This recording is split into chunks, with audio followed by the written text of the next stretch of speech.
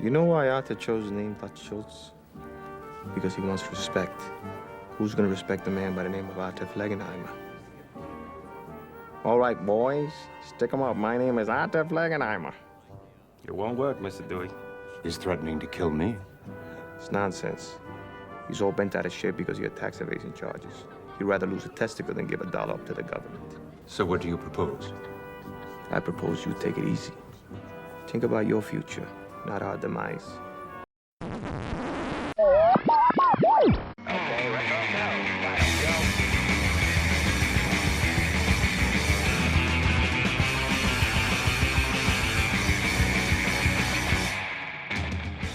Hello and welcome. Welcome and hello. This is Wait, You Haven't Seen? It's a show where we talk about movies, and specifically, we talk about a movie at least one of us has never seen before. I am your host, Travis, a.k.a. TV's Travis. This is episode number 373, and our movie this week is 1997's Hoodlum, and here with me to talk about that, because he had not seen it, I had not seen it, and I figured it was time, it is Phil Rood. Phil, how are you doing? We are being initiated into the Harlem mob tonight. Yes, we are.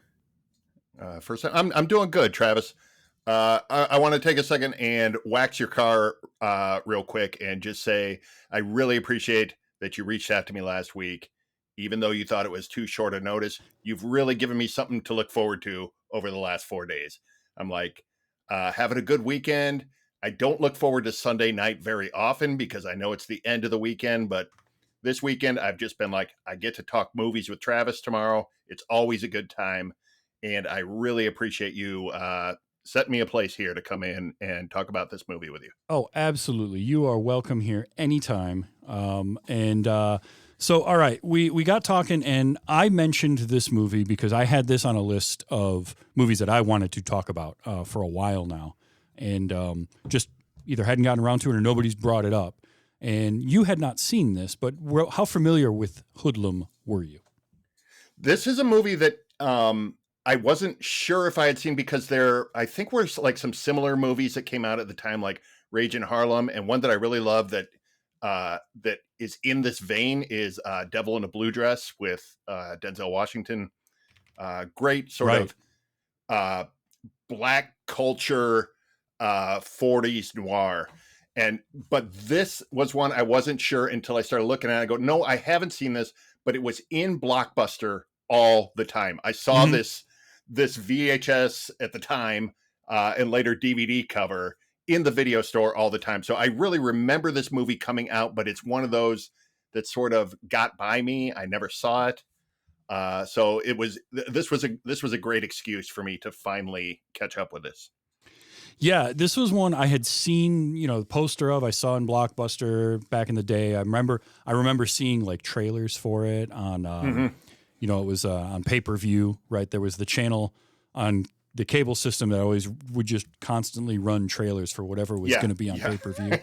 That's right. And so I saw this, and I knew Laurence Fishburne was in it, and that was kind of it. Like I knew Laurence Fishburne, and I knew it was older mobster movie. I didn't know exactly what era. Right. And that was kind of the extent of my knowledge. So that was part of why I put it on my list of like, I want to see this movie. And what I have to say is like, on the whole, I enjoyed this movie quite a bit. I've got some thoughts. I've got some quibbles on things here and there.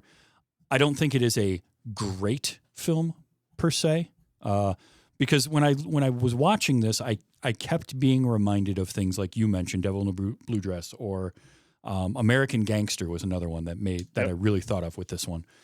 And I don't think it's quite to that level, but it's very ambitious, and I think it tells a really interesting story. And the cast was just giving me whiplash back and forth all through. I'm right there with you because I kept thinking this whole movie, like this is not a bad movie, but it could be so much better. There is so much like potential in this that I think a little better budget, a little bit better script, and please do not read into this as me hating on the great Bill Duke. I love Bill Duke. I think he is a Hollywood icon. Yes. Ever since he dry shaved in Predator. But I think a director with a little bit more identity and style. Bill Duke is a real like workman director, get the shot, get it done. It's not fancy, it's not stylish, but I think something with a little more definitive identity directing style could have done wonders for this movie. Yes. As it stands, I don't think the movie is bad, and I think the cast elevated, like Laurence Fishburne is heavy lifting and making it look easy. Mm-hmm. He is elevating what I think is kind of a subpar script, and just he's so good in this movie. Yeah. I mean, okay, so Bill Duke, I think I remember seeing that, like, oh, Bill Duke directed this. That's cool. Because you're right. Like, first thing I think of with Bill Duke is either Mac in Predator or his small role or his part in Commando right around that same time. He worked with Army a couple times. Mm-hmm. But you're right. I agree 100% that I think a director with more of a personal visual style, because I think Bill Duke is very competent behind the camera. Sure. He had been directing for quite a while prior to this. He had done, prior to this movie, Sister Act 2 was probably the most well-known thing that he had done. I was so shocked to see that on his filmography. Yeah, I kind of was too. I was like, wow. But a lot of what he had done had been TV series and TV movies. And as I was watching this, before I had that feeling before even looking at like, oh, what did Bill Duke direct beforehand? Like, was this one of his first movies? And no, he had done a few, including, I think you mentioned, was it Rage in Harlem? A Rage in Harlem, yep. Yeah, that was I think his first couple years movie. earlier, yeah. But his first feature, yeah. Yeah, his first feature. But I did get that feel of like, this feels like a TV production style. The visuals of it, I don't know offhand who his director of photography was, but it didn't feel cinematic in the same way at times. It's a stationary camera a lot of time, and just like a play almost. It had that kind of feel to it. Yeah, yeah. Whereas somebody like, I say, Brian De Palma or Ridley Scott, who have a very distinct visual cinematic style.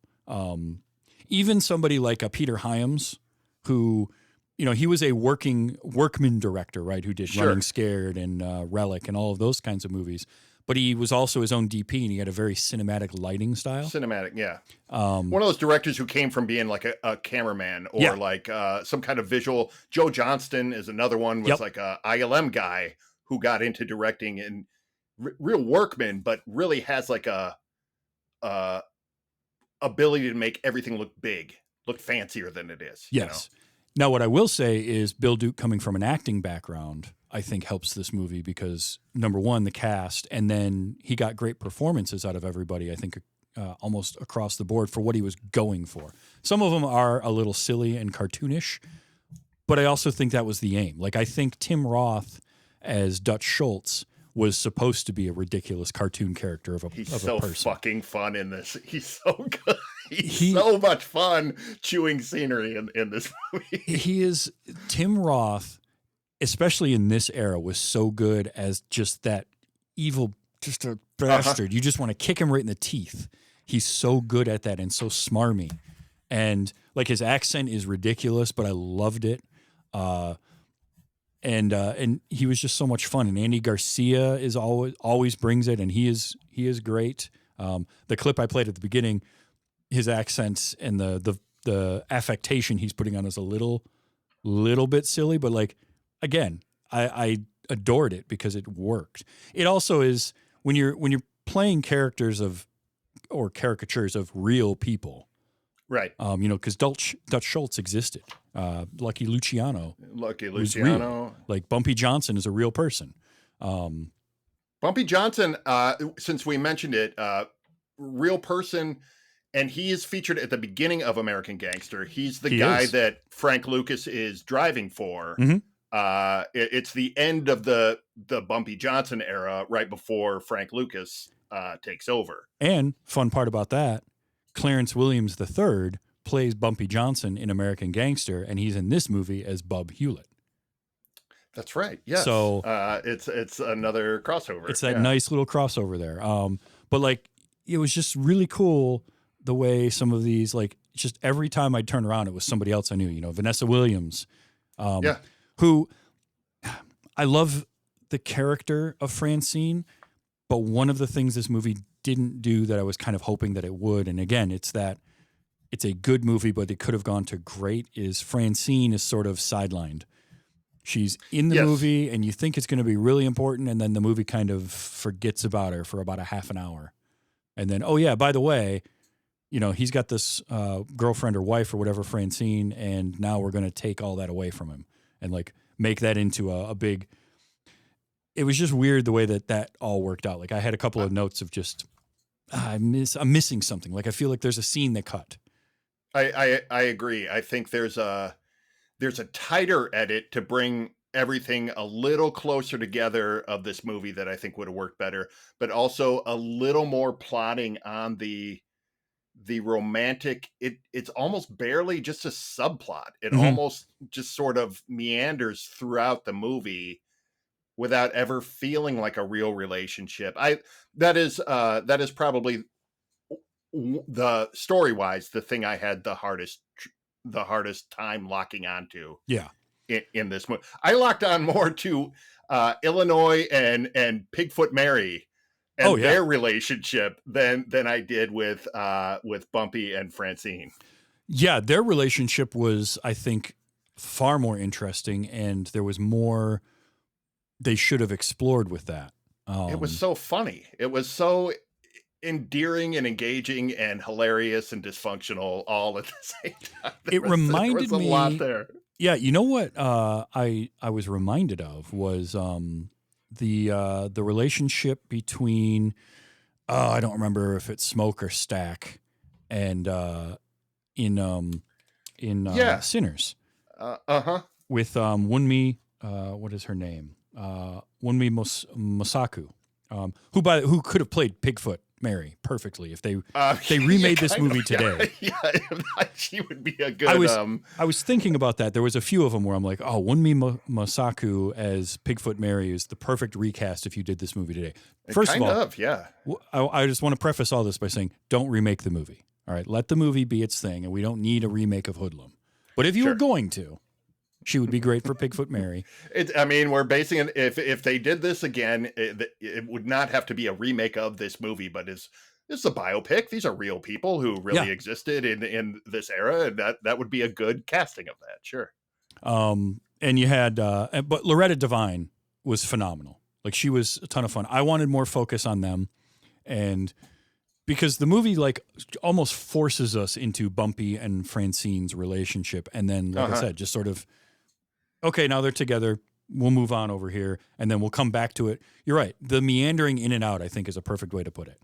Because it's like she shows up, and then we go away from it. And then they have their moment where it's the whole, what would you love enough to kill for it or die for it? Sure. And then the hit.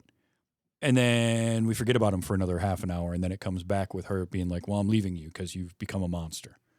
It's like, well, wait, there's connective tissue in there that we're missing. That we need. There was the start of it was they were, she was about black empowerment through like legitimate channels, and he was like, no, taking power, and it was like, but they're still attracted to each other. There's a push and pull to that relationship that ultimately I think they just didn't know what to do with.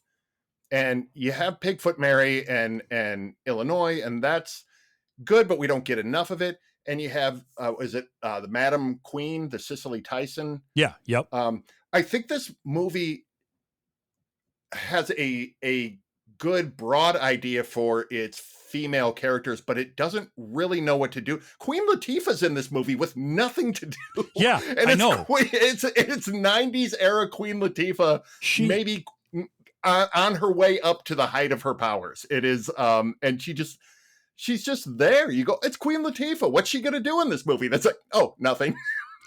Nothing. It would be like if, in American Gangster, you had that, like, I don't know how to put it, but like you're right. Queen Latifah is in this, and then she just sort of is there. Like she just wandered. She's just there. She just wandered on set, and they're like, "Sure, be in the movie," because she showed up, and I was like, "Oh, cool. I wonder what she's gonna do." And then, oh, no, I guess she's gone. Not, I guess she's not in really the much movie of anymore. anything. It was really I really like Queen Latifah as an actor. I And do too. was just kind of really disappointed. It's This would have been like was Set It Off around this time. The bank robbery movie. yeah, it was. And just sort of like she's getting into movies and doing her thing, and then it's just sort of like she's just kind of a nothing role. Yeah. It's a little. I think unfocused is what I would say takes this movie down from great to good. In that, like, and I don't want to constantly compare it to American Gangster, but it was the feel I got because it's 30 years before in setting, but it's the same type of movie, right? It's It's the same similar type of movie, but from a different the plot is different even point the of view. same. Yeah. About a black gangster battling Italian gangsters, you know, Yes. like for control and power and their piece of the pie. It's shockingly similar to that, to where I'm like, did they crib some of this for a minute? I mean, there's even like a scene where he's giving her a fur, and like a fur coat is very centrally like American Gangster. So it's I kind of think this maybe influenced something better in some ways. Maybe I think so. I mean, this movie crawled so that American Gangster could walk for Yes. sure. That's a great way to put it. But it's also from a slightly different point of view because American Gangster has a lot more on the side of Russell Crowe's character and trying to take Right. down Frank Lucas, whereas this is all from Bumpy Johnson's it's his story. But it is a little bit unfocused in that we spend a decent amount of time with Dutch and Lucky and William Atherton's character, Thomas Dewey, who that was another one where I was like, William Atherton, love him. And Yeah. here he is playing yet again another kind of dingus. The funny thing there is that the real Thomas Dewey apparently was like dead set against bribery and like just straight laced by the book guy. So to have him, at least that's what I read, was Sure. that he was. And for his character in this movie to just be like, yeah, just bribes, give them all here. I'll take them, whatever. you give me some money, I didn't see nothing. Like Andy Garcia goes, he'd take a payoff from an aardvark. It's so He good. just does not care. But I love William Atherton but you know, we spend a little bit too much time with like kind of everybody. It's trying to pull on too many threads at the same time. Yeah. And we needed for a 2 hour and 10-minute movie for it to feel unfocused is that hurts it a little bit, right? Because at that length, you should be able to kind of narrow in and really, really get something. Because American Gangster is 2 hours and 37 minutes, and it's got a lot of threads that it pulls on, but it figured out what to give just the right amount of time to and what focus it had. It's more compelling. Like this movie has compelling scenes, but it also has scenes that are just sort of talky and they don't really go anywhere. Mm-hmm. Yeah. The banana split scene is where I said, I wish this was the whole movie. Yes. I wish the whole movie was made up of scenes that are this compelling, this funny, this weird. And the way he talks to everybody, Mr. Redmond, did you make my split? No, Mr. Johnson, I didn't make your split. Who made my split, Mr. Redmond? Like this way that nobody talks and they're talking to each other, and the whole time people are closing blinds, people are shoveling people out of the ice. That. And the tension is just slowly building into it. It's a masterclass. That scene is so brilliant. Okay. And it's not isolated, but there just wasn't enough of that in the 2 hour runtime. There wasn't. So you said earlier how this felt like a little bit like a stage play. Yes. And that is a perfect example. That scene is great because the whole thing takes place in that diner, and it is effectively from the moment the kid sets the banana split down on the table, the whole temperature of the room changes, and that scene kicks in. And I want to talk about this scene because this was the scene that made the movie for me, Whereas like up until this point, I was like, it's pretty good. You know, it's not too bad. And then I watched that scene and I was just like, this is brilliant. Because the second he sets that down, at no point for like the next 2 minutes of screen time, he never looks at that kid, but he is talking to that kid. Right. Through Mr. Redmond and through Francine. And like he's talking to Mr. Redmond while staring at Francine about the banana split.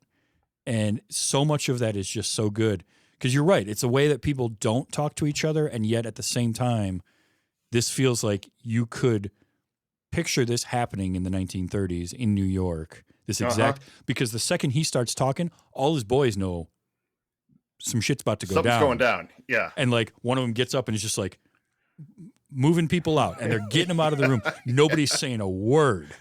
But you know what? That place was half empty by the time I realized it. I was so focused on Laurence Fishburne, and Bill Henderson is the ice cream shop owner who plays the cop in Clue. Yep.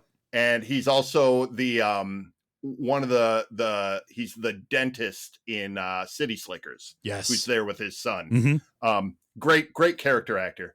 But I was so wrapped up in that I didn't realize until they were closing the door. I'm like, oh shit. Yeah. Like, something's happening, man. The whole room is empty. Yes. I did. Then I actually went and I backed it up and I watched it a second time to see him. You see his boys in the background ushering people out, waving them out and closing blinds. It's great. It's so good. And all this, and he knew, like the second he saw the almonds on there, Bumpy knew what was up. And and yet it takes another minute or so before we as the audience fully understand what's going on. And there is a case of Bill Duke knowing what he's doing and staging the scene right, and the script being really clever and really well done, because we started the scene off very light, right? With Illinois is there, and he's like, all right, Bear, go run the tickets and all of that. Go hide this stuff, go do whatever you got to do. And he's like, yeah, sure, I'll do that. And he's making his jokes about finding Miss Right or Miss Right Now and all that. It's very lighthearted, and it flips on a dime. And Laurence Fishburne is so scary in that scene. He Laurence Fishburne, I always put him on the level. Him and Samuel L. Jackson are so similar to me because they're both older, very terrifying black men that I think they just have an edge to them that is like, this guy is dangerous. This is like one of those old guys who will beat your ass. It doesn't matter how old they get. Yeah, it's I never want Laurence Fishburne upset with me. Exactly. Because while I know that I am probably 5 or 6 inches taller than him, I will feel like I am 6 inches tall. It does not matter. Yes, that guy has a personality that is towering over everybody else in the room. Yes, and Stigma in the chat says calm intensity, and that is the thing, right? It's now perfect. Sam Jackson is one of the all-time great yellers in Hollywood history. Sure, like he's terrifying in a different way. When I was younger, my friends and I always had this thing where like we wanted a scene of Gene Hackman and Sam Jackson in the same scene, just yelling at each other. Just yelling. Because it would just be amazing.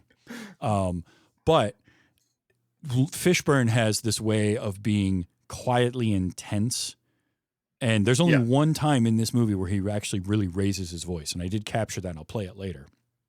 But throughout the rest of it, he's so calm and intense and angry at times. And it's just like, nope, sorry, I didn't mean to upset you.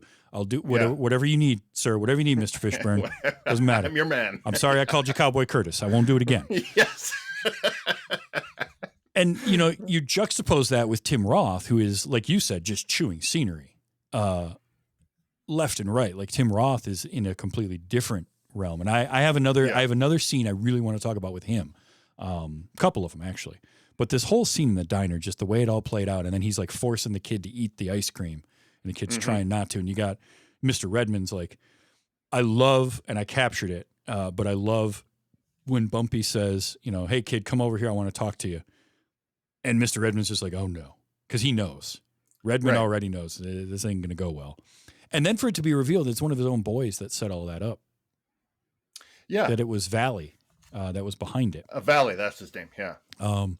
Was great because by this point, he is making problems for Dutch. And Dutch is like going after anybody he can and offering all sorts of money to just get rid of Bumpy. Which is another part of the movie that I really wish there had been more of the gang war minutia and chess moves between those two. I think we could have cut out. I honestly, as much as I like Vanessa Williams, I think you could have cut her character out of the movie, and it doesn't change anything in the story. I don't think she's doing much, and I'm not trying to, I'm not trying to badmouth anybody's performance.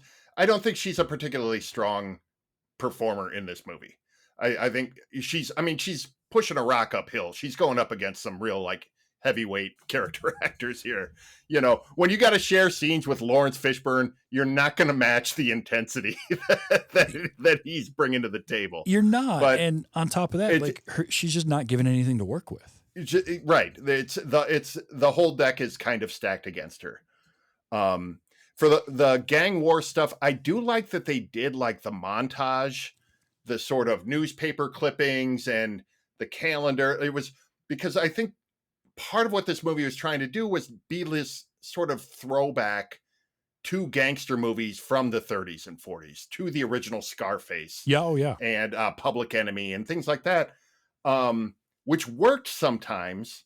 You know, it's all shot on sound stages. It's a period piece to begin with, and then it opens with like the text on the screen. Oh, these are the lottery is the illegal gambling of the day, and these are your players, and it's very much felt like an old gangster movie in those ways. And I don't know, I don't hate that decision, but I feel like some of that was forced because of like again, budget. I don't know what the budget for this movie was, but it is like, there's a couple things of like the factory exploding and a couple of shootouts that are like, that's probably their entire like action scene budget right there. By the time they blew up a building. Yeah. So this had an estimated budget of $30 million, which isn't nothing, but it's not a huge budget. Sadly, its gross in its theatrical run was just shy of $23.5 million, which is kind of a crime. Like, this movie deserves better than that. I think it just hit at a time where people just weren't doing mobster movies. I think it was a couple years earlier than like the wave of British mobster movies. And then we saw sort of a renaissance, and like, it's only 10 or so years after this, 12 years after this is American Gangster. So it's not like 10 years, it's 2007. So I just feel like it hit at just the wrong time. And I think the year before, it was originally going to come out in 96. And then MGM pushed it because they had put out a mobster movie that didn't do well. Was that Mobsters? Was that the Brat Pack kind of Young Guns kind of mob movie? No, it was I don't remember which one it was now, but it was just another one that they had made, and it didn't do well. And so they bumped it a little while and made it a summer release. And I think summer of 97 just wasn't the right time for this movie. These were kind of coming out in the 90s. Now that you say that, it was like, you had Goodfellas, you had A Bronx Tale, you had these kind of like really prestige mob dramas. And then came a wave of like cheap, fast mob movies, neo-noirs, things like that. And I think it probably did hurt. People got kind of burned out because a lot of them were bad. So Mulholland Falls. Mulholland Falls, stuff like that. It was just sort of like, they're fine. It's fine. It's not Goodfellas. It's not Casino. It's not the top of the heap. Yeah, and that's then, tough. By the time this rolled out, people probably were a little bit burned out. But I'd be interested, how did this do, like, because this was still a time when the home video market, like you said, we saw this at Blockbuster all the time. It's this movie, it's like This is a time when like you could have like a box office that got close to the budget, and the studio would go, we'll make up the rest on home video with cable TV rights. You know, like there was a whole second, third financial stream to this where you go, yeah, eventually this movie was probably profitable. This probably had a life on cable. I think it had to have done okay. And again, it's on the strength of like just everybody that's in it. Sure. Because it is just this cast, it kept going. There's a couple other cast members I got to mention because I love Tim Roth and Andy Garcia, but also I like when Tim Roth hires the hitmen. Mike Starr plays Albert Selk. And that guy's great. I love Mike's. So one of my notes was that Mike Starr is always so intimidating looking. Yes. And not only is he intimidating looking, but he's intimidating in that like middle-aged plumber or mason type of thing where just, you know, he might be the nicest guy ever and he might not be that strong, but he gives the look like if he punches you, it's like getting hit in the face with concrete, you know? And this guy played high school football and put someone in the hospital. You know, like not out of being mean, just out of being big and strong and kind of a runaway train, you know? Another thing that was great was it's a pair of brothers that are the hitmen. It's Albert and Jules Selke, I think is how it's pronounced. It's either Selk or Selke. But Mike Starr and Jules was played by Bo Starr, Mike's brother.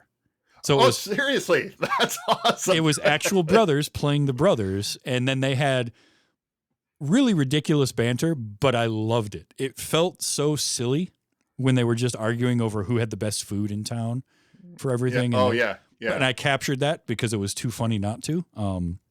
But I liked that. And then we go into their attempted hit on Bumpy, which was another scene that I think part of why this movie didn't do well was it didn't do great with the critics. The critics thought it was kind of derivative or very formulaic. And I sort of get what they're talking about because I did absolutely kind of call a lot of things that were happening. Like just before the scene with the hit, we had the scene with Bumpy and Francine where he tells her, you know, like, haven't you ever loved anything enough that you would kill for it or die for it? And the next scene is the attempted homicide, you know, attempted murder of him where she kills the hitman. So it's kind of like, you could see that coming. My one question on that scene though was, how did they know that anyone was coming? It seemed really convenient that they were able to put something in the bed to fake that they were in the bed and then hide in the bathroom. They had no idea. Something that obviously was not a person too. Like, I could tell just like a mile away. I'm like, that's a pillow. That's a giant body pillow. But also like that's it's one of the weaknesses of this movie is like this is coming on. The best possible version of that had been done a few years earlier in the Coen brothers' Miller's Crossing, when they go to Albert Finney's house to kill him, and he, you know, they kill the guards and he turns it on them, and it's one of the greatest shootout, you know, attempted assassination scenes ever. And it's like you're doing the mechanics of the plot are the same, but it's like you're never going to execute it that good. It just is not gonna go there. As much as I like seeing I was gonna say Mike Starr, but like the Starr brothers, you know, in that scene. I love the Silent Night bit. I loved you know, the just seeing these guys who look like oh yeah these guys would put out a hit on you. But it just sort of it felt at the end of it, it's just well, okay, you know, I saw it coming too. It's just sort of like you felt like you were going through the motions at a certain point. Yeah, I just have to say, if you called a central casting and say, "Hey, I need a hitman in a 1930s movie," Mike Starr shows up. They're just like, "Yep, we got the guy. Here he is." They got a red phone that they pick up and it goes through. It's a direct line. It's just Mike's agent. Mike, you're never going to believe it. Get your fedora out. Yeah, we've got one for you. We've touched on him a little bit, but Illinois Gordon, played by Chi McBride. Chi McBride, great. Love Chi McBride. He's the best. He is absolutely hilarious. He is charisma with charisma. He's so much fun. I love the most likable guy. Yeah. Yeah, I love the interplay with him and Bumpy. They're cousins, and there's that relationship. That's the relationship that I think is the strongest throughout the movie. And it needs to be, right? Because at some point there was a scene where it's the scene before they go and do the delivery of the bomb. Oh yeah. And you know, we've been with these two for a while, and it's great. And then there's that moment, and he's now nervous. And I think it's like, I don't want to die. And I was just like, oh man, he's gonna die now. Yes. Like, damn it, he's not making it to the end of this movie. The only question is, how is it going to happen? And and it didn't happen the way that I thought it was. Like, I thought something would separate the two of them or whatever, and he'd get caught by the bomb. So they did subvert my expectation there, but it was just like, nah. Instead, they had the falling out. But yeah, like I knew he was going, but man, he's so much fun. It was somehow sadder the way he actually dies. And it absolutely like after was. the whole thing, and you know, Mary and everything goes down there. But yeah, the bomb thing also it tripped me out because it had this Star Trek feel to it. Like, hey, here's a dangerous mission. Let's send the number 1 and number 2 guys to do it. It's like, no. Yes, we're going to send Riker and Picard on this away mission. Yes, it was sort of like, oh, and they need to send 1 red shirt so someone can die, and it's believable. But it was, I did. But again, that aside, I did like that scene. It had the ticking clock. I liked it. I thought that was like, oh, again, genuine tension in the scene. You know, the whole thing where it's like, oh, he got drunk. Oh, he's like, oh no, he's a Mormon. He doesn't drink. And they're like, oh shit. Like, my note there was like, damn it, he got too clever. He got too clever, and it bit him in the ass. He's trying too hard. Yeah. It's but good scene. Yeah. But he is a perfect amount of comic relief throughout. He is likable. He is fun. And I honestly should have clocked that his character wouldn't make it through the movie earlier because he's so likable. And it's just sort of the trope of like the likable character is going to be the one to die because you get attached to him. It's the one the audience likes. And and the way he went out is just so rough because, you know, like he was gonna, no matter what, from the womb to the tomb, as he put it, he had Bumpy's back. And even after they had a falling out and he got upset and, you know, gave him his gun and said, I'm out, he still wouldn't give up the info willingly. Right. He's had still to be loyal. Ruthlessly tortured. So yeah, he is great throughout, it is nice that they ended the movie with Bumpy walking into a church for the first time. The first time in a church is for Illinois. Yeah. Because if he's going to do it for anybody, it should be for Illinois. But yeah, 100%. I love Chi McBride so much. And honestly, I just, like we said earlier, Illinois and Pigfoot's relationship just should have been more front and center. Because every time they were together, like when he comes in later and he's taking tickets and he's talking to her when he walks into her place before the cops grab him for the first time, was just such a fun moment because he's in the doghouse. He knows he's in the doghouse, but he's still trying so hard. He's been in the doghouse basically since we started this movie, and he doesn't give up, but he doesn't give up in an endearing way, right? Like he's never pushy about it. He's just like, come on. He just wants approval. He's a golden retriever. Yes. He's after when he goes back to see Mary and she's like, you're not getting into my, you're not getting into my bedroom. Yeah. Still. And he says, the governor pardons people easier than you do. It's just like the perfect encapsulation of their relationship and of who he is as a character and why he's so likable and why everybody is a little bit mean to him, but they keep him around and he keeps coming around. He's just that guy that is, you can count on this guy, even if you're picking on him and busting balls with him too much. Yeah, you bust on him, but there's also a respect there.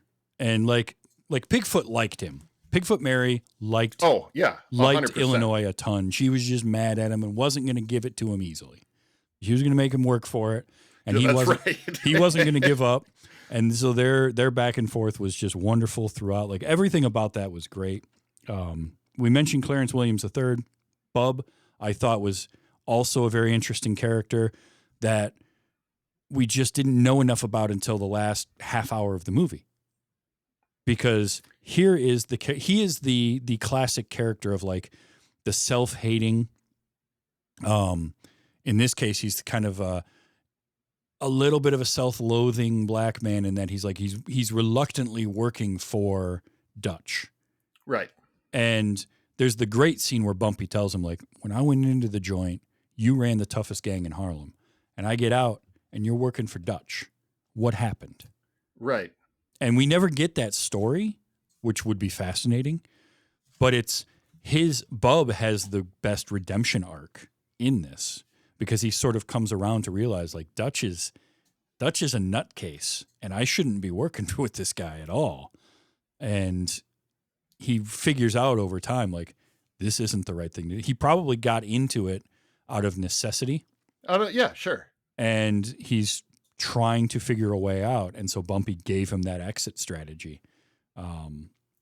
Because Bumpy, that's the other thing too, is Bumpy is a chess player. And that I don't think was used enough in the movie. I mean, it is, but like they show him playing chess a couple of times, but yeah, the guy, you just figure he got, I'm forgetting his name. The guy who was working for Dutch. Bub. Bub. You figure he got swept up somewhere. He took the money and just got kind of, and then it was, well, keep your mouth shut, do what you're told. But you know what pushed him over the edge was that damn sandwich when Dutch punked him out on the sandwich. And, you know, it's like, oh, now you made him feel like a stepping stone. Now he's going to flip. It was like, that's actually a great scene. Oh, that's a good scene. Yeah. You know, and it is that thing. This is the kind of thing like Tim Roth. It's not the first time you see this in Tim Roth. He's a racist asshole through the whole movie to every single ethnic group possible. Big time. The thing Tim Roth manages to do is be this despicable character and still entertain you with how big he's playing it. Like, it's like he's absolutely reprehensible in every way, to even where the other gangsters don't like him. We meet him. Okay. I gotta point this out because this is Bill Duke understanding film. When we meet Dutch, Lucky Luciano has come to his place. And what I love about the way the whole scene is set up is he walks in and the guy that's with him, who I think works for Dutch, brings him in and is like, everybody stand up. Lucky Luciano's in the room. And Lucky's like, that's okay. Sit down. It's fine. You know, go about your business. And he's walking in, he's doing the thing. And he's Lucky Luciano. And then he walks into Dutch's office and Dutch doesn't even make an attempt to get up. And he sits and he's very dismissive and he has nothing kind to say. And he's just very like, he is offensive to Lucky in every way. Right. Yes. And that moment tells you everything you need to know about these two men and their relationship with each other. Who has respect for who? Yep. And it's nobody. And it's that Lucky doesn't respect Dutch, but Dutch doesn't respect Lucky in a way that is very dismissive and very, very, very poor. Lucky doesn't respect him because he feels like he's better than him. And Dutch doesn't respect him doesn't respect Lucky because he thinks that Lucky he doesn't respect anybody. He's just out for himself. He just doesn't like having to pay Lucky. Yeah. I feel like Lucky doesn't respect Dutch because Dutch doesn't I mean, from the whole thing where he goes, you got mustard on your jacket. Yeah. You know, like, he's like, you have no, and he even says to Laurence Fishburne later on in the movie, he's like, he's got a shitty haircut. He buys suits off the, you know, it's like, it seems very superficial, but what he's saying is like, this guy has all the money in the world to look self-respectful, and he looks like a street person. Yeah. And, you know, it's like, you shouldn't, it's a very weird thing because it is like, oh, judge people on how they dress. It's like, no, not really. But it's like, this guy clearly doesn't even have respect for himself. So how could I respect this guy. Exactly. It's a great shorthand. Just that one little line where he goes, "You got mustard on your jacket." When he leans in and you see Dutch get nervous, like he kind of perks up, like, "Oh, he's coming in on me." Yeah. And he's like, "You got mustard on your jacket." That other guy, the guy who's like Dutch's right hand, is another character actor. I don't know that guy's name, but he's in like the original Lethal Weapon. He's the guy who's buying heroin, who has to burn Gary Busey's arm. Yes. He's in like every movie from the 80s and 90s, playing a cop a lot of times. But I love when that guy pops up too, because he looks like such a lunatic all the time. Yep, that is he's so recognizable. Ed O'Ross. Okay, played, yeah, that sounds right. He plays Lulu. It's Lulu Rosencrantz is the character's name in this. Okay, and you're right. He's in Lethal Weapon, Red Heat, Dick Tracy, Universal Soldier, like everything, just everything. And he does have this great look about him. And I did like that he is the one to because he spends the entire movie being the right-hand man for Dutch and being loyal for Dutch, and Dutch just shits on him the whole time. Yeah. Just treats him horribly the whole movie. And he is the one that gets contracted with shooting Dutch. It's another great, I'm just realizing this. It's another great, like, juxtaposition between Andy Garcia and Tim Roth is like, Andy Garcia has a literal lapdog that he treats like a prince. Yes. He just treats this little dog great. And Ed O'Ross is Lucky's lapdog that he treats like shit. And that turns on him at the end. So that's a great bit of play too. Bill Duke, genius. Whatever shortcomings this directing has, Bill Duke understands how to tell a story. Honestly, like the way that this character, he understands character as an actor. I'm sure that helps. Yes. Because like everything that happens with Lulu, and then for Lulu to go, into the car with Lucky and be like, all right, where's my money? And they just shoot him, dump him on the street and leave. So he does. Yeah. And by the way, Dutch's death scene cracked me up. I loved it. It's crazy. Because he goes into the bathroom, he takes his gun out, sets it down, and then turns around and there's Lulu, right? And he pulls a gun on him. He's like, oh, they sent you. And he shoots him. And he just keeps shooting him, and he keeps like falling back and then walking forward. And eventually, I love how he walks out to the table. He sits down, he looks up at him like, yeah, I'm just going to sit here, and then just keels over. And that's it. It's a great death scene, and it should be silly, but it works. It works really well. It's actually my second favorite scene with Tim Roth. My favorite one being when they're sitting around. It's the crime syndicate sitting around, and he's just chomping on the apple. Oh, the apple. Yeah. Because that's the other part of like I'm better than all of you. I don't care about any of you. Uh-huh. And he's just chewing on this apple to the point where Lucky even says like, I'll wait. That is the coldest line when he goes, it's worse than him yelling at him where Absolutely. You're like, I think I'm afraid of Andy Garcia now. That is the mobster version of I'm not upset. I'm disappointed in you. I'm disappointed. Yes. I'm just disappointed in you. Your gangster dad is disappointed in you. And the best part about it is you could easily have had that be a scene like a De Niro in the Untouchable scene where he flips out and beats somebody with a baseball bat. Oh, sure. Because he's got the golf club in his hand. I was waiting for that I was golf too. club to come And then he into play, doesn't. man. He's just like, I'll wait. And Dutch hands the apple to Lulu like, I'm sorry. Continue. But begrudgingly, because he's not really sorry. He's just like, Dutch knows in that moment he has to do this or nothing's going to happen. It's why Andy Garcia is, I think, one of the most underrated gangster actors, man. Oh, he's so good. It's easy to go like, he's who you get when you can't get Pacino in this era. But also, like, in his own right, he did this, and around this time, he did a movie called Things to Do in Denver When You're Dead. Mm-hmm. And that movie rules, man. And he is so good as, like, this hopeless romantic gangster. It's a tragedy on every level. Andy Garcia is great in that movie, and he's great in this movie. I think he does not have enough screen time of everybody who and he has a solid storyline. He's a big part of this story. He's not changed on story. I just wanted more of him. I thought he was so good in this movie. Yeah, I think if you either need to take the Francine Bumpy relationship and expand that more and make that a focal point, or you need to excise that from the script and just move on and not worry about a romantic relationship for Bumpy. Mm-hmm. Because Francine is not like, Bumpy had an actual wife. May Johnson was Bumpy Johnson's wife in real life. So I kind of feel like maybe just excise that from the script entirely and just focus on Bumpy and the gangsters and all of that. Yeah. And I think you have a better focus, because the interplay between him and Illinois and him and Lucky and him and Dutch is really good. And any of the scenes they actually gave them were great. Like, I love the scene where Bumpy and his crew go to the Cotton Club.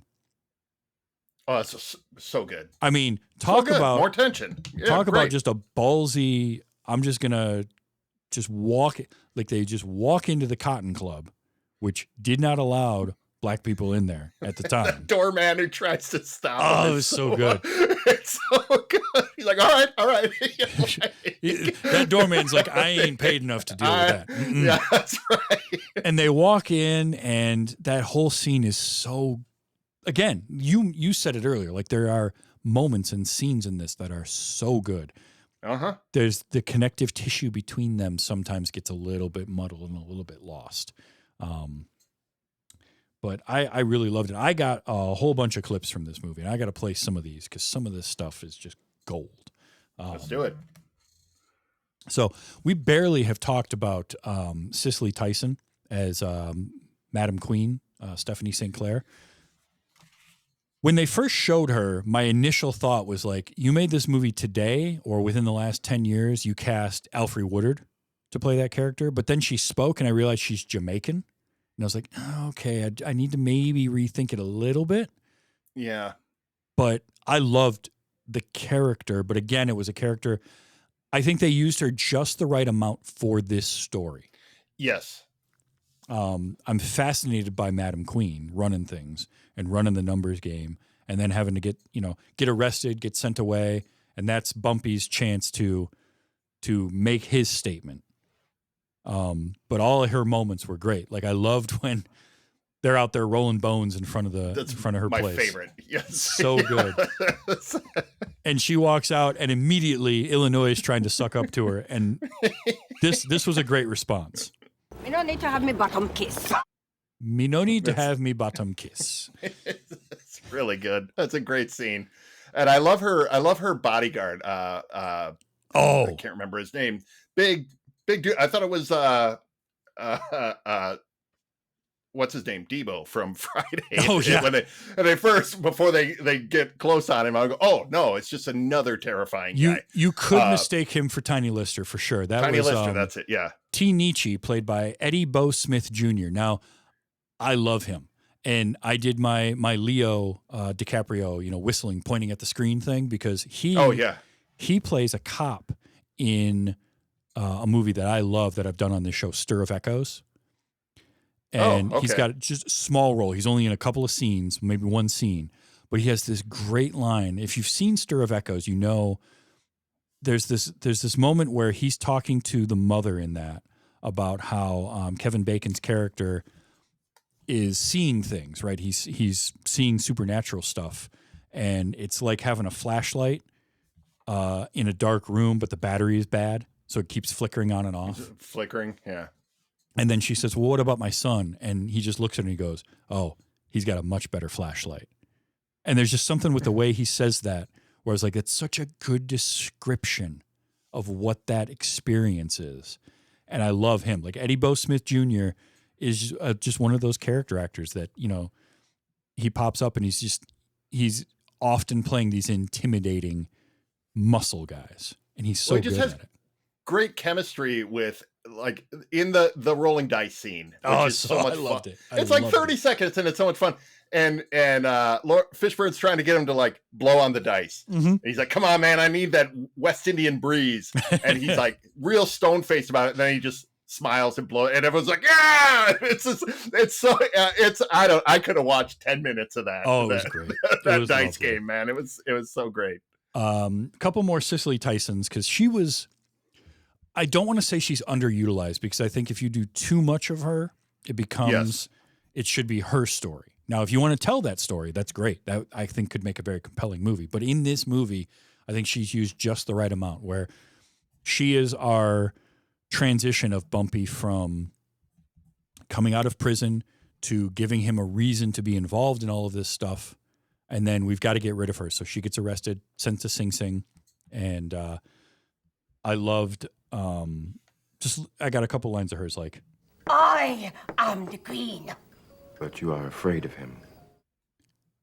there again, that's that quiet intensity from Laurence Fishburne. Because she is getting demonstrative and he's like, yeah, but you're afraid of Dutch. That's why you're not doing anything. The parts of her I could have used more of it would focus this movie into something else.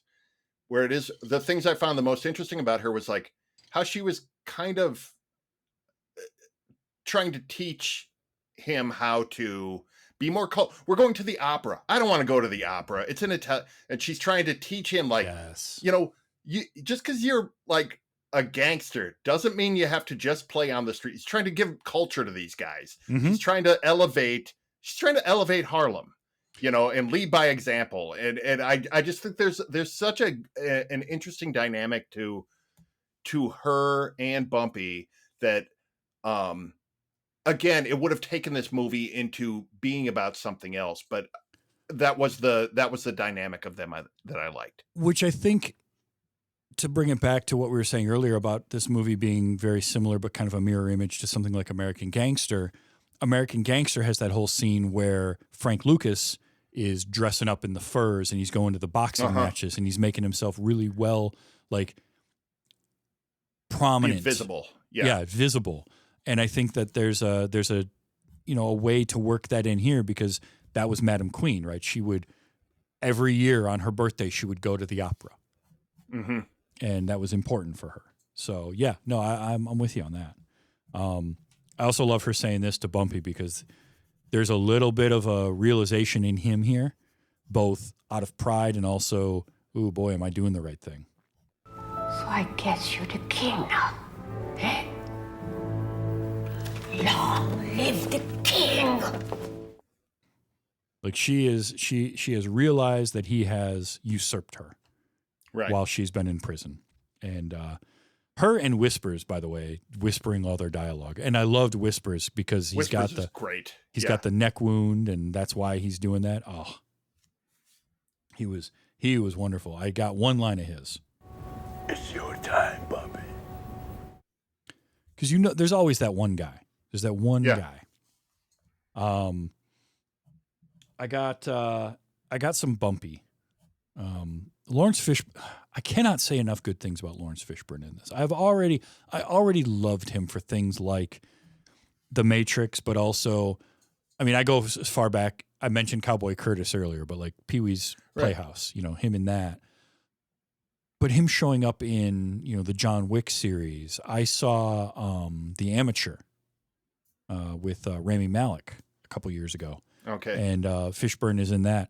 There's something about him that I just really like, and he is so good throughout this movie. But this was pre all of that. Fishburne was in, like, his career was, I felt like he was a character actor who was taking all these runs at being a leading man, but like in movies that weren't like this, that were good, but not really taking off. You know what I mean? Where I always feel like that's why Fishburne plays so good in like a second, like a supporting role, like Morpheus, like something like that, where he's always there, but he's not carrying the movie. But when he steps in, it's like, oh, all the energy gets sucked into his orbit because he's just so big and so magnetic, And he had played Othello before this in 1995. I remember Fled. He was really great, and I loved him. I love him in Event Horizon. I think he is the perfect Event Horizon, in Event Horizon. One of his bigger kind of leading role movies, I think. And then he had like the Tina Turner movie Oh, a yeah. few years ahead of that too, where I think, was he Oscar? Did he win an Oscar for that? Oh, I feel Or like he was nominated at least, I think, for he playing was Ike nominated. Turner. Yeah. But if you go all the way back to like his first role when he was like 16 or 17, he was in Apocalypse Now. Yeah. And he's this skinny kid on the boat. He's so good in that movie, man. As a child, like he's way better than he has any right to be, man. There are people with a presence about them. Yes. And there's the term the heavy in a lot of movies is usually the bad guy, but I also think of that as like just having this presence, and like Fishburne just brings this aura about him, which is why he was perfect as Morpheus. He was the perfect other side of the coin to Keanu Reeves in The Matrix, because Keanu is the blank mask for the audience to be the audience surrogate. Sure. And Morpheus, by extension, needs to be a full-fledged like character that is leading the audience through this story. He is the one pulling Alice through the looking glass. He's the Gandalf. He's the Obi-Wan. He's the. When you think about like I think the studio wanted, it was like Will Smith and Sean Connery, that we sort of accidentally got the perfect Matrix cast because the ones they wanted passed on it. It's like, that is like the happiest movie accident of our time, I think, 100%. That easily could have been a very different movie. Yes.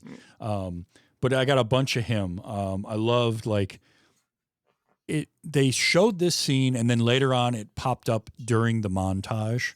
I saw it again. I was like, hey, we've already seen this moment. But when the guy comes into the like Little Havana, and you got Illinois got the dude down on the ground, and he's like, hey, where's Hector or whoever it is? Because he's here to collect the money. And then here comes Bumpy out of the back, and he just says, I'm the bag man. I'm the bag man. I'm the bag man. And he smacks that dude. He hits that guy with a bag full of coins in the face. Yes. I hope you don't like your jaw, because you don't have one. I think he caved that guy's whole head in. Oh, yeah. Just left side of that dude's face is gone. I also love him saying to Bud, "You gonna shoot me this time, bub?" Like that is the best. The best. The only one who doesn't pull his gun is Bumpy, and he is the coolest customer at that table. Only Fishburne can pull that off. That's great, because the Tarantino standoff, right? Everybody's pointing guns at each other, and it's Tim Roth in the middle of it again. Of course, because he always is. I have a note that like his voice in this felt like an amped up version of his Mr. Orange voice, which was already really amped up. It's a cartoon. It's a caricature performance for sure. But it works. But that whole scene, and you're right, Bumpy is the only one that doesn't pull a gun. Like Whispers has 2 guns pulled. Yes. Whispers is not messing around. T. Nietzsche's got that shotgun. He's out there with the street howitzer, and here's Bumpy, no gun, calm.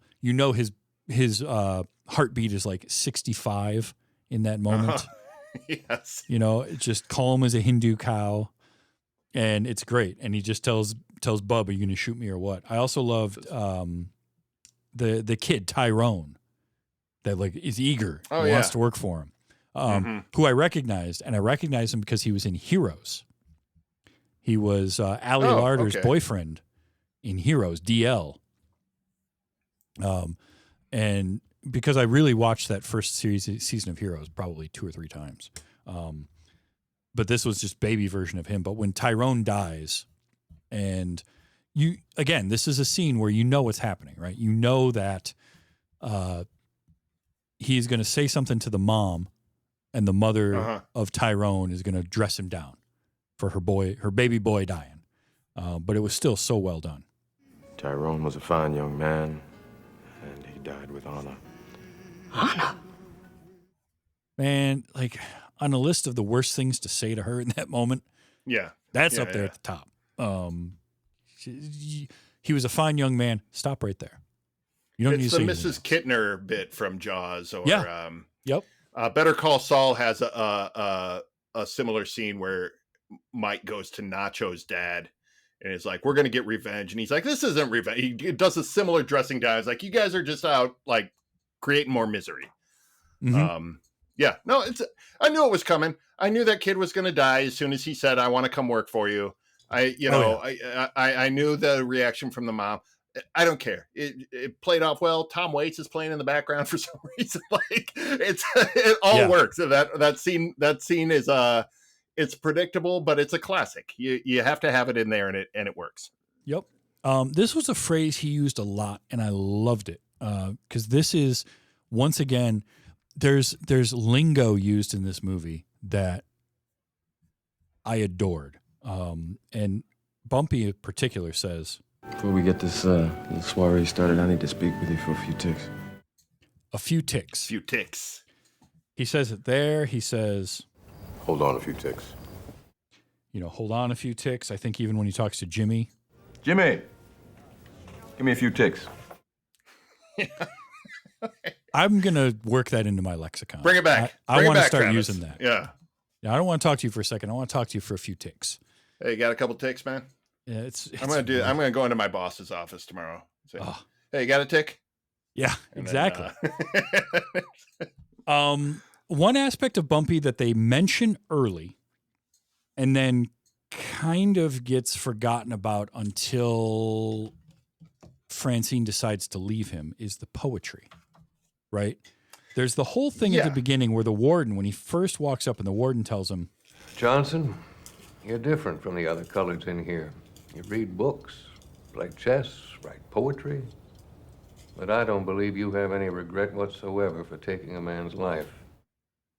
like, it's really good. And I love the aspect of Bumpy being this like educated and thoughtful person. And there is some of that there, but they also tried to play with the poetry part of it, including him even reciting a poem to Francine. right. And I got that poem because somehow this worked. I ask myself where she got those eyes. So full of light, so free of lies. How does one get eyes like that? I tell myself she robbed a cat. All right, dude, she was already super into you. So that's why that poem worked. It's like a Shel Silverstein first draft, and he ran with it, and you know what? More power to him. It was an era before TV. Entertainment was harder to come by. You took what you could get. Fair enough. But yeah. Another line I kind of want to use more. But you better not frog up on me, boy. I don't know what that means. I do not know what frog up means, but I think that makes it even better, though. Yeah, honestly, I love period specific language when they incorporate it like that, and when you don't know what it means and you go, I got enough context, I can kind of I get what he's saying, I get the gist of it, and that's all I need. Yep. But yeah, it's done so well here. There's a few of those because there was also this. Smoke this over. Smoke this over. All right. Yeah. A few ticks. Smoke this over. Smoke this over. I'm bringing those back. I wanna use that more often. Don't think this TV's over. Travis canceled for cultural and time era appropriation. You know what? I'll take the hit. I'll take it. Yep, exactly. But then we had, I had to capture this. There was no way I couldn't. It's a movie from the 1930s about gangsters in New York City, and he said it. It's curtains, Dutch. It's curtains, Dutch. It's curtains for you. Oh, it felt like I was watching a Warner Brothers cartoon, and it was Muggsy. It was Muggsy. Yes. All over again. Muggsy and Rocky. The guy with the big hat, the short guy with the real tall hat. Little guy with the big tall hat, and the big guy with the tiny little hat. Yep, It was that. There is one moment in this where Laurence Fishburne does do the angry acting. He does go very loud and very demonstrative. And that is when Illinois is having his breakdown and he is drunk. And he yells at him. And I did get it because it's the one time throughout the whole movie he's calm. He's collected. You talking to me? I done told you! Take your drunk ass home! If I wasn't already scared of Laurence Fishburne, I peed myself a little bit. Yeah, that would do that it. moment. Yeah. And I slinked off because woof, yikes. I got some Dutch. We've all been there dealing with drunk people. Oh, Yeah. You've been the designated driver for your friends or something. At a certain point of the night, all right, that's enough. Yep, exactly. We're not going to get breakfast. We're going home. Not dealing with you assholes anymore. Exactly. I got a little bit of Tim Roth as Dutch because he, just chewing scenery left and right. Chewing it. Him talking to Lucky early on, and they bring up Thomas Dewey, the special prosecutor. Mm-hmm. When you give your friend Dewey 2,000 of my hard-earned dollars, you tell him one thing. If you don't back off, I'll kill him myself. So the real Dutch Schultz, part of what got him killed was the fact that he went after Thomas Dewey against the mafia. Like he was up for tax evasion and got acquitted. Again, this is all hearsay. This is what I read. But he got acquitted, but he was upset, and he went to the mob, to the syndicate, and said, "Hey, I want to clip this guy." And they were like, "No." And he went against it and made an attempt anyway. And so then they sent people after him and killed him. So I found that pretty interesting. Yeah. And I like that they kind of worked it in here where he's like, I don't want to pay these bribes. It's a grievance. Yeah. I also love, this is him talking to Lulu. Answer me this. Why would that droopy-eyed, low-life greaseball pimp come all the way up to Harlem when he could send a stooge? I don't know. It's rhetorical. It's rhetorical. Rhetorical. I don't actually want you to answer me, you moron. He's just, he treats Lulu so bad throughout. There's that moment. There's also, I love this because in that scene where he's chomping on the apple and Lucky makes Lulu take his hat off, right? Because Lulu's wearing his bowler hat in the room. Don't do that. All right. Don't do that. Have some respect. But he makes him take the hat off. So when everybody's leaving and you get Dutch. What you got back on? Looks ridiculous. As he's just chomping on that apple again. Ugh. There's mouth noises throughout this movie. Yes. It really was. The scene you mentioned this is such a good scene, and it is where, and I only captured a couple of clips from it. I could have really captured like the whole thing, and it's Captain Foley, played by Richard Bradford, who it's him, Bub, and Dutch, and it's the scene where Dutch is telling the two of them, "You're going to go out on patrol together," and Bub doesn't want to be in a car with Captain Foley. Foley doesn't want to be in a car with Bub because Foley is a racist. Foley doesn't want to be in a car with any black person. Right. Yeah. He doesn't want to be in a car with any black person. And Bub doesn't want to be in a car with this racist cop. And Dutch is like, I don't care. You're going out together. And I just love, I'll play these right in succession. He says to Foley, We go back 15 years, but I'll cut your head off and drop it in the river. What are you doing to me? You want to test me? Again, cartoonish accent, but I'll cut your head off and drop you in the river. Like, he does not care.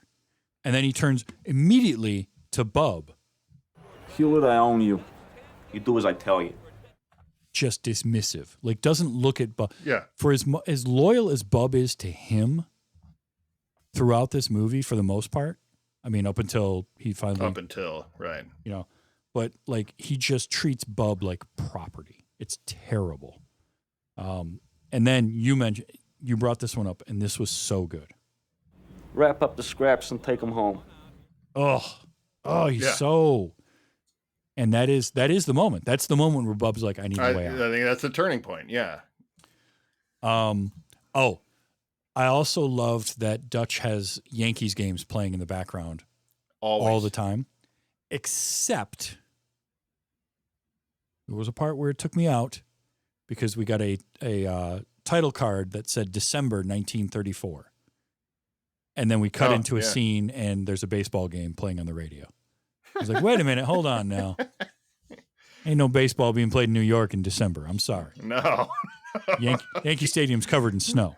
That's a cold day at Yankee Stadium, man. That is not a day you want to be hitting a baseball. He's so good throughout. Illinois, Chi McBride. I got to play a couple of Chi McBrides. Of course. First of all, What's buzzing, cousin? that's great. That's just so good. There's also this was the scene where they're rolling the dice. Come on, I'm blowing it cool now, man. Perfect. There's so much vibes in that scene, man. It's just so fun. That scene is just absolutely immaculate vibes. When Bumpy has met Francine and now he wants to talk to her. He wants to meet her. All I want to do is converse with her. Mm-hmm. Yeah, I bet you want to have a long-ass conversation.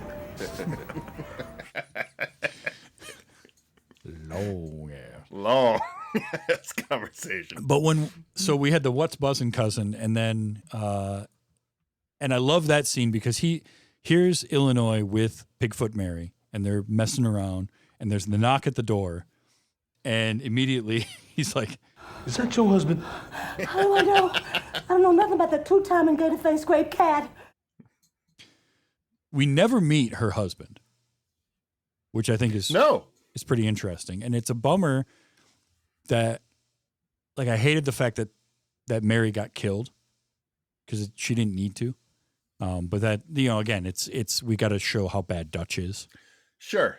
But we never meet her husband ever. Like, we never even see him. But he says that, and then she's still kind of hemming and hawing. He's like, "Don't shoot him. If you don't get your ass in that closet." That is such a. I guarantee you, a lot of the Chi McBride lines are ad-libbed. Just letting him improv. I think there's a certain amount of just letting them go. Again, you got to think that's Bill Duke, knowing actors, knowing who can do what, you know, trusting them. Here's where we got to get. Come on, guys, take us there. It's, it all works. Otherwise, you don't get lines like, "You can bake it, broil it, fry it, fricassee it, hang it out to dry. It's still just as funky as a fat man's drawers." Take this. Funky as a fat man's Funky as a fat man's drawers. It's great. There's Why don't you stay out of grown folk business before I beat you till you smell like onions? And I'll drag you by that mile wide collar and drop you in the gutter. Now that might have been written, but until I beat you like you smell like onions, I've never heard before. And There's just great ball busting in this movie. Is. Like There's like a lot of, I think there's a lot of movies that don't have it and need it, and there are movies that try but don't nail it. And I think this movie, a lot of it is Chi McBride and his back and forth with Fishburne. It all works so good. Oh yeah, including. I see you still kiting around with the large size ladies. Now hold on there, now, cousin. Like I always tell you, it ain't nothing like the loving you get from a big woman. I just love, and it's because there's like that acknowledgement of, no, you're right.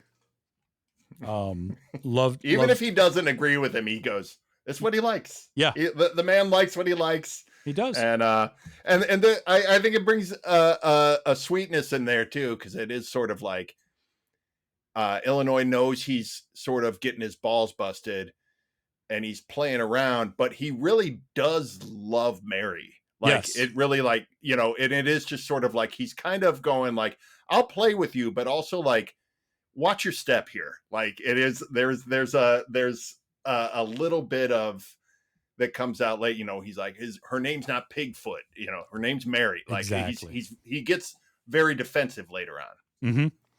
Mm-hmm. A couple of Andy Garcias, because there was, I mean, again, this one. Second order of business.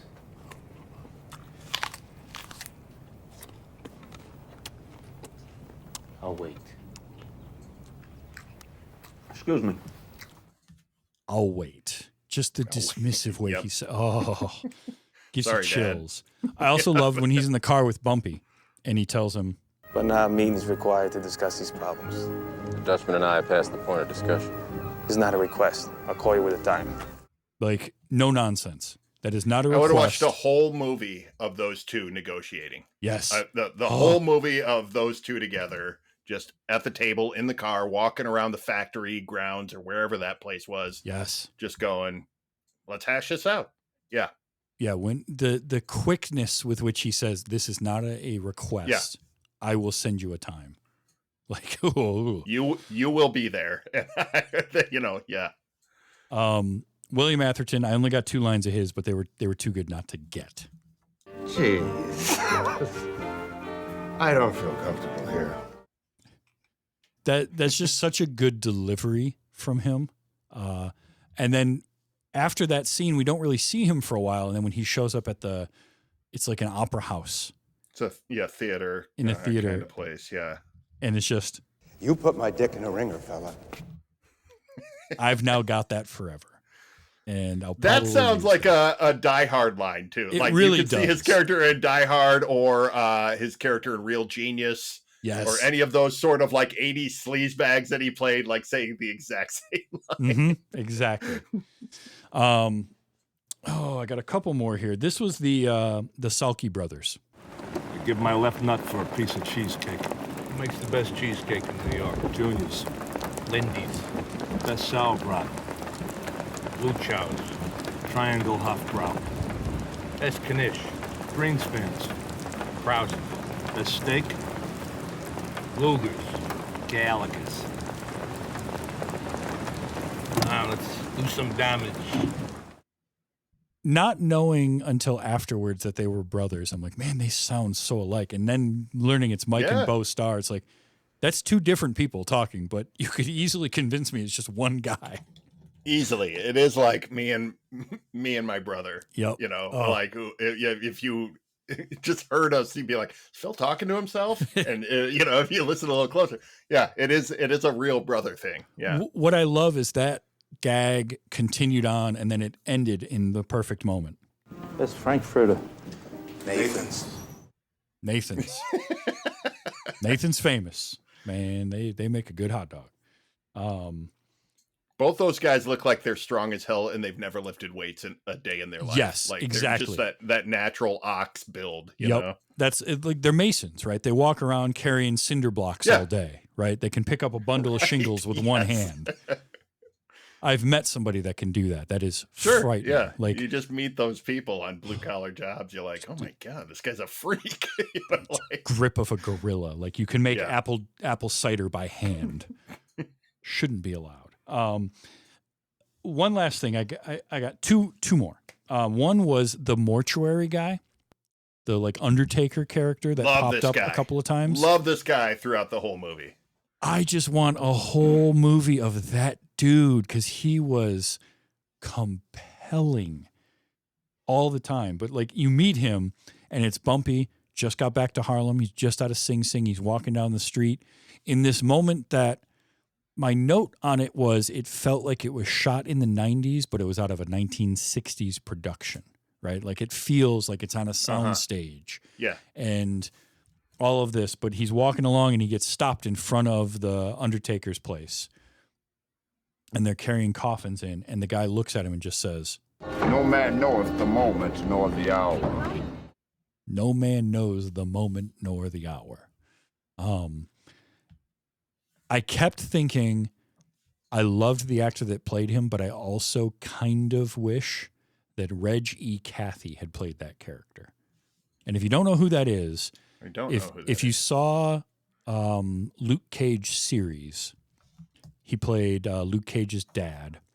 He was in he had a small part in The Mask. He's a character actor that was in a bunch of stuff. I know him all the way back from he was on Square One TV on PBS when I was a kid. Like I watched. Oh, I remember Square One with MathNet. Yep. And Reg E. Cathy was in that, and Reg Cathy had the most I know this guy. buttery smooth baritone you've ever heard. Like, just amazing. I wanted his voice saying, "No man knows the time nor the hour."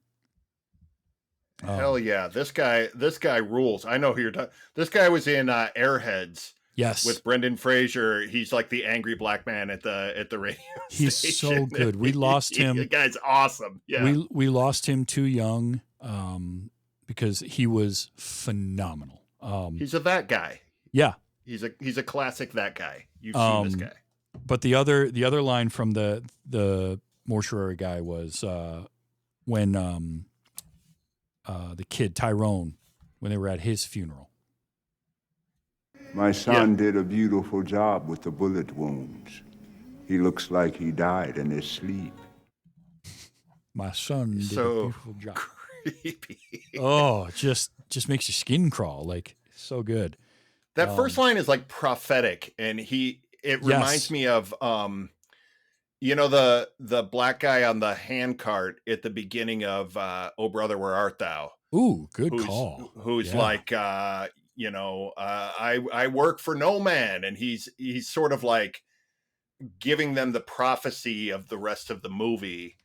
In that it had that kind of this is before that, but like it had that feel to it of like you don't know when you're gonna die. We're all gonna shuffle off the coil eventually. It's a real like it's a real heavy line on a real memorable face. He's we talk about it on Gore a lot when we're talking horror movies. He's the crazy Ralph from Friday the 13th. Like the gas station guy or something like that. Yeah. Yeah. The ooh, you're all doomed. Right. Right. And then the last thing I got to play because it's me, and if there's a good laugh in a movie, I'm going to capture it. And there was a couple good laughs here. This is Lulu, Edo Ross.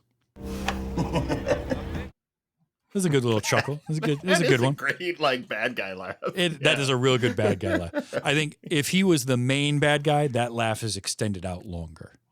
That's like when Dr. Evil starts laughing and everyone kind of gathers around him and starts like, it's one of those, man. And then I also had when that's when Pigfoot Mary first leaves. And it's Bumpy and Illinois, and he starts making fun of him, and it's Illinois' like Chai McBride. It was so good. And then finally, just that little chuckle, little chuckle from old perfect. Bumpy. Yeah. No, this is a very good movie that I feel like, with a little refinement, with a slightly more focused script, and to your point, a director that has more of a visual language of their own, I think would have been so much more remembered. And I think I do think it's a movie people should see because I think it's worthwhile for the performances.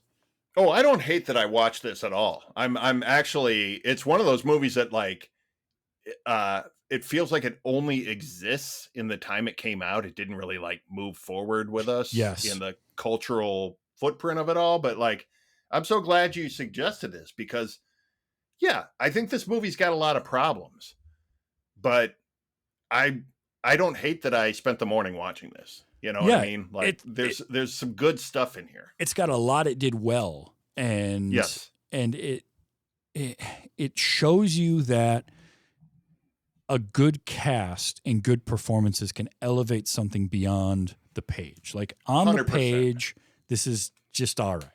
It's fine. But on screen, it's very good. And it has the potential to be like that epic thing. And you're right. Yeah. It never, like it came and went. It was out. Few people saw it. Most people didn't. And it kind of got forgotten.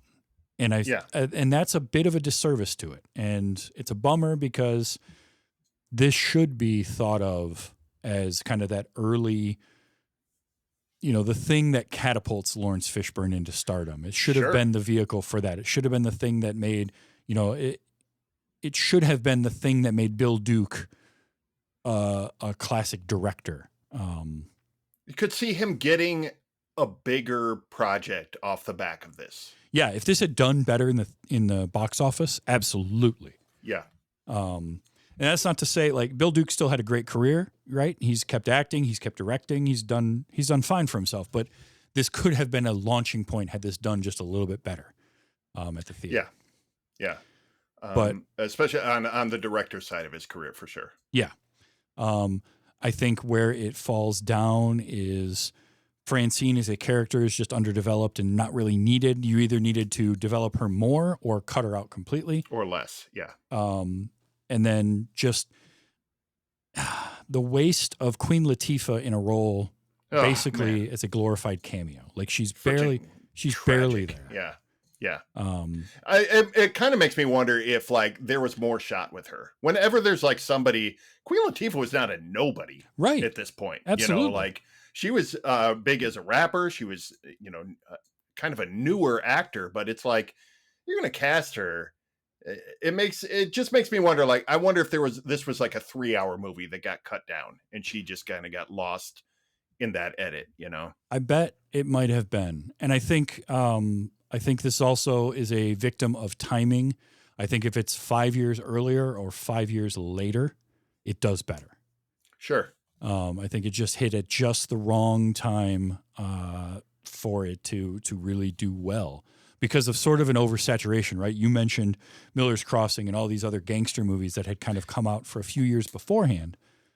And so we were sort of saturated and people were like, move on. But then we had a couple of years and then we had sort of a renaissance of them with things like Lock, Stock, and Two Smoking Barrels and Snatch and sort of that British invasion of gangster films that then brought about another round of early American gangster type stories. So there was also like a small wave of like, I don't know how else to put it except broadly, sort of black genre movies. There was like Mario Van Peebles was doing like black centric westerns and like Posse and stuff like that. And I think there was probably, those were not the highest quality movies. So I think maybe there was a little bit of like, oh, is this just one of those sort of black version of, traditional genre movie? There was I think just a lot that went into like kind of bad timing, like you say. Yeah. But I'm glad I finally saw it. I can knock that off the list. Same. I would watch this again. I would not like necessarily seek this out, but if I like came home and it was on like Pluto TV is where like a lot of these kind of movies live. Yeah. And if I came home and was flipping through, I'd be like, oh shit, Hoodlum. I'll watch this for a while. Yeah, sure. This is cool. I also want to point out this is the second Bill Duke thing that I have seen for your show. When me and Austin came on to talk about Mandy, the Nicolas Cage movie Mandy, Bill Duke is the guy who gives him like the magic crossbow. Oh, right. He fights all the acid demons with. I forgot. And it's great to be on here for where I can sing the praises of Bill Duke again, because I do love that guy. Man, nobody ever looked cooler than Bill Duke with a Bic disposable razor 100% in the jungles of Mexico, shaving for no reason, just dry shave. 100% humidity. Just seared into my memory is that moment. Those eyes will just haunt you forever. They will. Yeah, they will. Did you see the Steven Soderbergh movie No Sudden Move from a few years ago? No. I think it came out like pandemic days. It went like straight to HBO. Not the best gangster movie, but pretty good. And Bill Duke shows up. Spoiler alert, Bill Duke shows up at the end of that. And it's like, that is Bill Duke looking the same as he has for 30, a little bit more wear on him, but it's like, those eyes are unmistakable. Love Bill Duke. Love to see him. Yeah. Well, Phil, what have you got going on that you want to let people know about? Because I know you have some things you're doing, and it's been a little while since you've been on the show. So what are you working on lately? Mostly lately, I am working on a webcomic that I'm making called Roadrunners, and that is on my website. That is philroodart.com, and you can also look it up on the Webtoon app. And I'm looking at a couple more ways to distribute it on the internet. I'm making more mini comics of the first 5 chapters that'll be available in my store if you want like a hard copy, but it is a post-apocalyptic kind of pulp style black and white comic about a woman riding a motorcycle across the wasteland and her roadrunner bird that runs along with her, and there's air pirates flying planes hunting her down. It's just a good time. It's I'm building out sort of a bigger story of it, but the name of the game is just to have fun, and I just want to make it as widely available for people to read as possible. Excellent. Yes, definitely. philroodart.com. Check that out. It's really cool. I love seeing the stuff that you're working on. All right. Thanks, man. Thank you for being here. You were thanking me at the beginning of the show for getting a hold of you and having you on. It had been too long, and that's my fault for not having you on. But it's always a pleasure having you here. It's always fun to chat with you about movies. So thank you for on short notice coming on the show. My pleasure, man. Like I said, I've been looking forward to it all weekend, and it solidified when I sat down to watch this movie this morning. It's like, yes, this is happening. Yeah. Well, if you enjoy this conversation, I do this weekly with different guests, but Phil's on semi-frequently. It's twitch.tv/TV's Travis every Sunday night, 8 p.m. Eastern time. If you like the show, give it a rating and review on your podcast player of choice. If you want to help, you can go to Patreon, patreon.com/WYHS. Get you the show early, always ad-free, as well as it helps me to do things like my upcoming live episode I'm going to be doing in a couple of weeks at Nerdtacular 2026 in Salt Lake City, where I'm going to be talking with my friend Joe Hood about his first time watching Guillermo del Toro's Hellboy, which I cannot wait. Oh, hell yeah, man. Because I love that movie, and chatting with Joe is always fun, and I cannot wait to expose him to Hellboy. It's a favorite of mine. I absolutely You're on a Del adore Toro kick lately. Pan's Labyrinth, one of my favorites you guys did a couple weeks ago. Yep. That was so much fun. That's a good kick to be on, dude. I love Del Toro, and that's awesome. Yeah. That's a great Nerdtacular pick, by the way. It's going to be a lot of fun to talk about, and I can't wait. I'm hoping to have a nice full room for that. So, but it's my patrons that allow me to do things like that, and upcoming Dragon Con, which I got confirmation that I will be at Dragon Con, and the panel is happening. I'm still sorting out all the details of what movie I'm going to be doing and who I'm going to be chatting with. But if you're going to be at Dragon Con, come find me, and I will have more information on that as it becomes available. But it's the patrons that let me do those live things and keep the lights running. I also have, with Spider Noir coming out, that is going to be the focus of my first watch diary. So patrons, be ready for that. You're going to hear my thoughts on Spider Noir, because of course it's Nicolas Cage. I'm going to be talking about it. But yeah, Phil, thank you so much for being here. Always a pleasure. And we will do this again in the not too distant future. But until then, come on back next week as I talk to Nisbet. We're going to talk about another gangster film, Road to Perdition, which is one that I've wanted to talk about for a while. Sam Mendes. One of my favorites. I love that movie. So that'll be a lot of fun. That's what's coming up next week. And that'll be that. I'm looking forward to that, because that is a movie that I have wanted to watch for a while now. So is it your first time watching that movie too? It will be my first time watching that movie. Oh, awesome. Awesome. Yep. I can't wait to hear what you think of it, man. So until then, just remember to enjoy your movies, everybody. And look, no matter what happens, be excellent to each other. This has been Wait You Haven't Seen.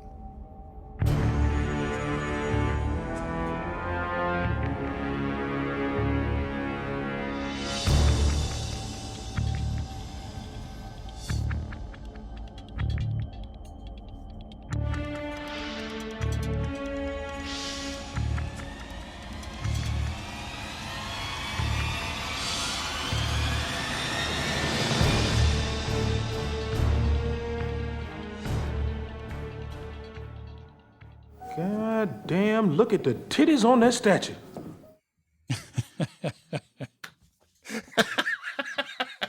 I forgot about that. It's so funny.